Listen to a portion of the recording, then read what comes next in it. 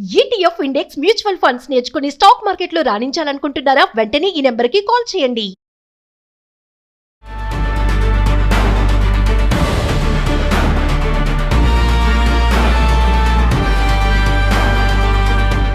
నమస్తే, welcome to Suman TV. Present మనతో పాటు ఉన్నారు పబ్లిక్ స్పీకర్ రజనీరమ్మ గారు.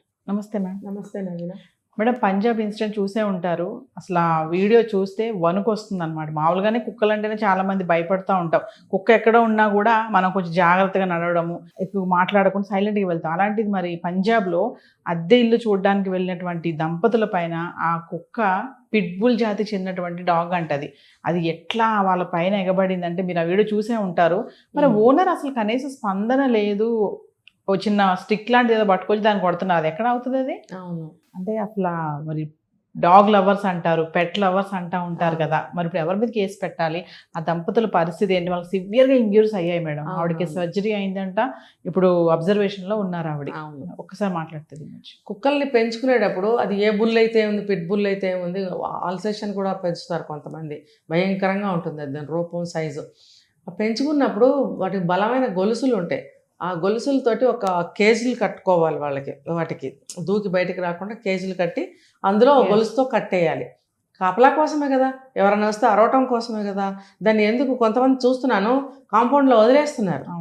నైట్లో తిరగడానికి ఒక కుక్కని, మేము అక్కడ ఒక చోట ఉన్నప్పుడు విల్లాస్లో 2 కుక్కలు, పగలంతా ఒక కుక్క తిరుగుతూ ఉండేది. రాత్రి అవ్వగానే 6 నుంచి ఇంకో కుక్క తిరుగుతూ ఉండేది తెల్లవారులు. ఎవరు వెళ్ళాలన్నా వాళ్ళ ఇంటికి వాళ్ళ సెక్యూరిటీ కావచ్చు, వాళ్ళ చుట్టాలే రావచ్చు. పరిస్థితి ఏంటి? ఇది దృష్టిలో పెట్టుకోవాలి ప్రతి ఒక్కళ్ళు. ఇప్పుడు డాగ్ లవర్స్, జంతు ప్రేమికులు అని చెప్పుకునే వాళ్ళని నేను సపోర్ట్ చేయనండి. మనుషుల్ని ప్రేమించలేని వాళ్ళు జంతువుల్ని ఏం ప్రేమిస్తారండి? కుటుంబ సభ్యుల్ని ప్రేమించలేరు, కుటుంబ సభ్యుల్ని క్షమించలేరు, కుటుంబ సభ్యుల మీద జాలి చూపించలేరు. మీరు జంతువుల మీద ఏంటండి జాలి? జంతువులు సహజ సిద్ధంగా అడవుల్లో పుట్టి అడవుల్లో పెరిగి, మామూలు కుక్కలు అయితే వీధుల్లో తిరుగుతుంటాయి. కుక్కలు, పిల్లులు, పందులు ఇలాంటివి రోడ్ల మీద తిరుగుతూ ఉంటాయి. అవి మరి మనం బ్రీడ్ పేరు చెప్పి అంటే ఏం లేదు, రకరకాల జాతుల కుక్కలన్నింటినీ సేకరించి దానికి దీనికి క్రాస్ బ్రీడింగ్ చేసేస్తే రకరకాల బ్రీడ్లు పుట్టేసినాయి. అర్థమైందా? ఇవన్నీ కొత్త పేర్లు పెట్టేసి ఇది చాలా బాగుంటుంది, ఇది చాలా దేనికి బాగుంటుందండి? ఎందుకు బాగుంటుంది? లక్షల ఖరీదులు పెట్టి కుక్కల్ని కొనడం. వీధుల్లో ఎంతోమంది అనాథలు ఉన్నారు, ముసలి వాళ్ళు, వృద్ధులు ఉన్నారు. వీళ్ళందరూ అలమటిస్తున్నారు. వృద్ధాశ్రమాలు నడిపేవాళ్ళు చందాలు అడుగుతున్నారు. మీకు చేతనైంది చెయ్యండి, మీరు మీ బర్త్డేలో లేకపోతే మ్యారేజ్ డేలు, పండుగలు వచ్చినప్పుడు వీళ్ళకి ఏదన్నా అన్నదానం చేయటానికో ఇంకో దానం చేయటానికో డొనేట్ చేయండి అని అడుగుతుంటే అక్కడ ఇచ్చేవాళ్ళు ఎంతమంది ఉన్నారు చెప్పండి? లక్షల కుక్కలకి నక్కలకి పోస్తారేంటి? అంటే ఇప్పుడు రోడ్డు మీద చూసారంటే మీరు యాక్సిడెంట్ అయి పడిపోతే అక్కడ దగ్గరలో ఉన్న వాళ్ళు ఒకళ్ళిద్దరు గబుక్కుని ఆగి లేపడానికి ప్రయత్నిస్తారు. చుట్టుపక్కల అందరూ వెళ్ళిపోతూనే ఉంటారు. చూడండి, అయ్యో అని ఆగి కూడా చూడలేని పరిస్థితి అయిపోయింది. అంటే మీకు మనుషుల మీద లేని జాలి, దయ, ప్రేమ, మానవత్వం అడవిలో ప్రకృతిలో తిరిగే జంతువుల మీద చూపిస్తున్నారు. దేనికి? మీకు కొంతమంది చెప్పే రీజన్ ఏంటంటే పిల్లలు లేరు కాబట్టి పెంచుకుంటాము. కొంతమంది చెప్తున్నారు పిల్లల్ని కన్ని పెంచే కంటే కుక్కని పెంచితే విశ్వాసం. పాతకాలంలో సామెతలు, పాటలు ఎన్నో ఏడ్చినాయి. అయితే ఈ మనుషులు ప్రవర్తించే తీరుని బట్టి వాళ్ళు చేసే ప్రవర్తన, వాళ్ళు తినే తిండి కుక్కలకి కూడా పెడుతున్నారు కాబట్టి కుక్కలకి కూడా వెధవబుద్ధులు వస్తున్నాయి. పాతకాలంలో చూసారంటే కుక్కలు కరిచిన సంఘటనలు ఎక్కడో కానీ వినపడేవి కాదు మనకి. ఇప్పుడు చూస్తుంటే లేచిన దగ్గర నుంచి ఎన్నో వింటున్నాం. ఇప్పుడు ఈ పాప వాళ్ళు ఏదో రెంట్ కోసం వచ్చారు, వాళ్ళు ఒక్కసారిగా లోపల నుంచి బయటకు వచ్చి దూకి వాళ్ళని ఎంత అటాక్ చేసి చాలాసేపు మేడం భయపడి కింద పడిపోతే వాళ్ళు ఇష్టం వచ్చాడు పీకింది. కథతో కొడుతున్నా ఆగని కూడా ఆగట్లేదు. అది ఎక్కడ? అది వీడియో చూస్తున్నంతసేపు అయ్యో అంటూనే ఉన్నాను. నేను పట్టుకోవాలన్నంత ఇది వచ్చేసింది. ఓనర్ కూడా ఇంత కూడా రెస్పాండ్ కావట్లేదు. అసలు వాళ్ళు తీరుబడిగా వచ్చి చూశారు, బయటకు వచ్చి నిలబడి చూసి మళ్ళీ లోపలికి వెళ్ళి ఏదో ఒక స్టిక్ తీసుకొచ్చి లైట్గా కొట్టారు ఫస్ట్, తర్వాత కొంచెం గట్టిగా కొట్టారు. అయితే మాత్రం వాళ్ళని ఒక విధానం లేకుండా విచక్షణ రహితంగా కరిచేసింది. వెనక ముందు పిచ్చిగా. ఇప్పుడు ఏంటండి, కుక్క కరిస్తే ఇదైపోతారు మనుషులు. దానికి ర్యాబీస్ ఇంజెక్షన్స్ వేసారా? లేదు, వేసుంటారు. వేసినా కూడా భయం ఉంటుంది. ఇంజరీస్ ఎట్లా ఉంటాయి? ఆవిడకి సర్జరీ లేని అని చెప్తున్నారు, ఆయనకి కుట్లు పడినాయి అని చెప్తున్నారు. ఏంటండి ఇది? మీకు కుక్కను పెంచుకుంటే మీరు ఒక రూమ్లో పడేసుకుని దాంతోపాటు మీతో పాటు దాన్ని కూడా ఉంచుకోండి. అంతేగాని బయటకు వదలటం, కాంపౌండ్లో చైన్ లేకుండా వదిలేయడం, ఇంకొంతమంది అంటారు మేడం, ఎవరైనా ఇలాగ వెళ్ళాం అనుకోండి, ఎవరైనా ఇంటికి వెళ్ళాం అనుకో, కుక్క ఉంటుంది అక్కడ, భయంకరంగానే ఉంటుంది.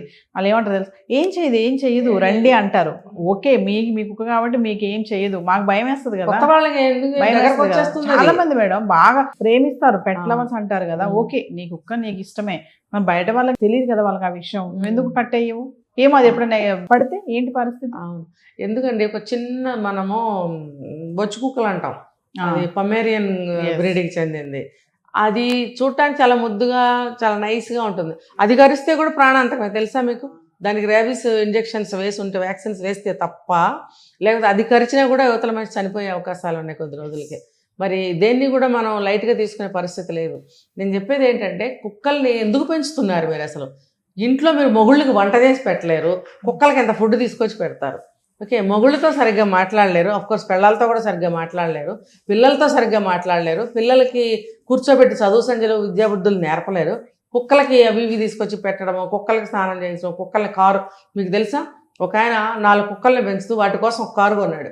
దాన్ని వెనకాల ఒక 2 కుక్కలు, ముందు ఒక కుక్క, మొత్తం 4-3 కుక్కలు వేసుకొని ఆయన డ్రైవ్ చేసుకుని, దానికి షైర్ అంట. దానికి ఏమైనా తెలుసా? దానికి షైర్ ఏంటి? మనం నేర్పటమే వాళ్ళు ఇదయ్యి, వాటన్నిటికీ మనం నేర్పుతాం. అది రోడ్డు మీద ఏం దొరికితే తినే కుక్కల్ని బ్రీడ్లు చేసేసి మనము దానికోసం ఆ ఫుడ్ అంట, ఈ ఫుడ్ అంట, అదేదో మటన్ అంట, చికెన్ అంట, ఇవన్నీ తీసుకొచ్చి తర్వాత పెడిగ్రీలు, ఆ పెడిగ్రీల్లో రకరకాల ప్రోటీన్లన్నీ వేస్తారంట, స్కిన్ మెరవడానికి ఒకటి, బోన్ స్ట్రాంగ్, మనుషుల్లాగానే అన్నీ. ఇంకా అదేదో మీరు ఇంట్లో సభ్యుల్ని చూసుకోండి అంత ప్రేమగా, దానికి టైం ప్రకారం ఫుడ్ పెట్టాలి, లేకపోతే అది జీవేగా వస్తుంది. అది దానికి టైం ప్రకారం ఫుడ్ పెట్టాలి, టైం ప్రకారం అది పిల్లర్లు పెట్టి నోట్లో మందులు డ్రాప్లు వేస్తారు తెలుసా. ఇవన్నీ ఏంటి వేషాలు ఏంటి? మీరు ఇంట్లో మనుషులను చూసుకోండి, మీ ఆరోగ్యం చూసుకోండి, మీ ఇల్లు చూసుకోండి, ఇంట్లో ఉంటే పెద్దవాళ్ళు ఎవరుంటే వాళ్ళని చూసుకోండి.